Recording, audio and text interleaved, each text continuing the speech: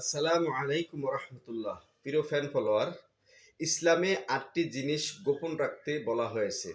যে ৮টি জিনিস গোপন রাখতে বলা হয়েছে সে ব্যাপারে আমি আজকে আপনাদের সামনে ছোট্ট করে তুলে ধরব। আপনার সেই ৮টি ব্যাপার, ৮টি জিনিসকে সবসময় গোপন রাখবেন। আল্লাহ রাব্বুল আলামিন এই গোপন রাখা থেকে আপনাকে অনেক বরকত দান করবেন। ১ নম্বরে সন্তানের করা ভুল। আপনার সন্তান বিভিন্ন রঙের ভুল করে, সামাজিক ভুল আছে, পারিবারিক ভুল আছে।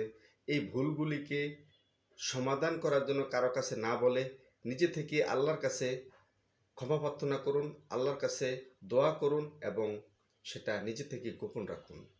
অন্যকে বললে আপনার সন্তানের আত্মসম্মানে আঘাত হানতে পারে এবং সন্তান বিরূপ প্রতিক্রিয়া করতে পারে। ২ নম্বরে দান করে গোপন রাখবেন। আল্লাহ রাব্বুল আলামিন গোপন জিনিসকে সবচেয়ে বেশি পছন্দ করেন। তো দান করে গোপন রাখবেন। ফকির মিসকিনকে দান করে গোপন রাখবেন। মসজিদে, আল্লাহর ঘরে, যে কোনো সদকাতে দান করে গোপন রাখবেন।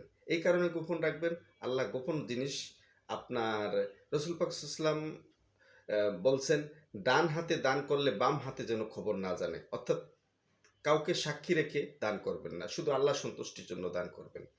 ৩ নম্বরে নিজের দুর্বলতা, সামাজিক অবস্থান, পারিবারিক অবস্থান, বিভিন্ন অবস্থানে আল্লাহ রাব্বুল আলামিন আপনাকে কিছু না কিছু কমতি রেখেছেন, আমাকে কিছু না কিছু কমতি রেখেছেন। সেই কমতিকে আপনি কারো কাছে প্রকাশ করবেন না, শুধু আল্লাহর কাছে বলবেন, আল্লাহর কাছে প্রার্থনা চাবেন, আল্লাহর কাছে আপনার দুর্বলতার কথা আল্লাহর কাছে বলবেন। দুনিয়ার মানুষের কাছে বললে কেউ সমাধান করতে পারবে না। এটা আল্লাহ রাব্বুল আলামিন অসীম এক কুদরত ও হেকমত, যে আপনার ভিতরে আমার ভিতরে একটু না একটু দুর্বলতা রেখেছেন। ৪ নম্বরে নিজের নেক করা আমল, অর্থাৎ নিজের নেক আমলগুলি আপনি অন্যকে প্রকাশ করবেন না। অনেক মানুষ আছেন আমাদের মধ্যে, ৫ ওয়াক্ত নামাজ, কোরআন তেলাওয়াত, নফল নামাজ, তাহাজ্জুদ নামাজ এগুলি করেন, করে আবার প্রকাশ করেন। কিছু সামাজিক বা শরীয়ী দৃষ্টি কিছু আমল দেখা যাবে, কিছু আমল দেখা যাবে না। যে আমলগুলি দেখা যাবে সেগুলি হলো ৫ ওয়াক্ত নামাজ, রোজা, কিন্তু তাহাজ্জুদ, নফল ইবাদত এগুলি দেখানোর জিনিস নয়।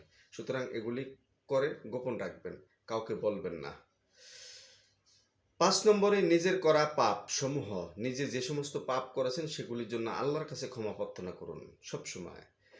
পিছনে চলমান, ভবিষ্যতে আল্লাহ যে কদিন জীবিত রাখেন, আল্লাহ যেন আমাদেরকে পাপ থেকে মুক্ত রাখেন, পাপ করা থেকে আমাদেরকে হেফাজত করেন। পিছনে যা পাপ করেছি আল্লাহ যেন সে পাপ থেকে আমাদেরকে মুক্ত দান করেন, মাফ করে দেন।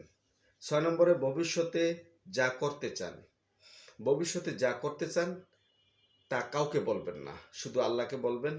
আল্লাহ রাব্বুল আলামিন আপনার সেই ভবিষ্যতে যে আশা করেছেন করার জন্য সেটা আপনাকে আল্লাহ রাব্বুল আলামিন পূরণ করে দিবেন, পরিপূর্ণ করে দিবেন, আপনার আশা পূরণ করে দিবেন।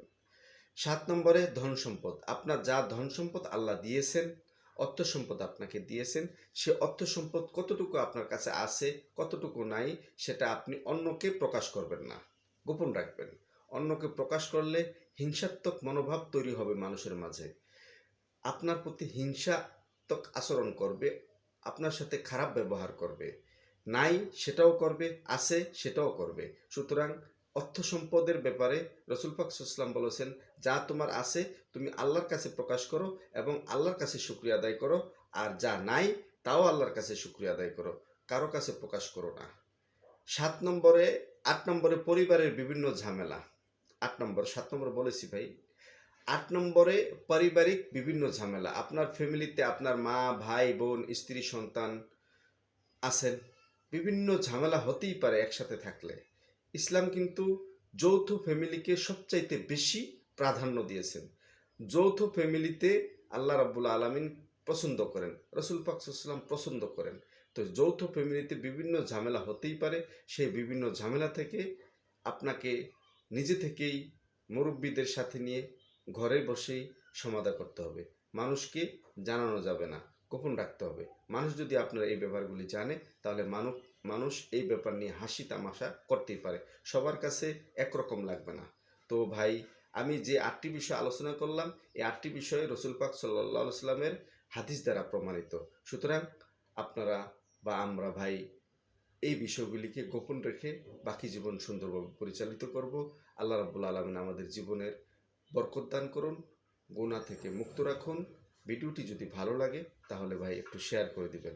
আপনাদের কাছে বিশেষ অনুরোধ রইল, আপনারা তো আমার ভিডিও শেয়ার করেন না। সবার কাছে আন্তরিক ভালোবাসা রইল। ভিডিওটি শেষ করে দিলাম।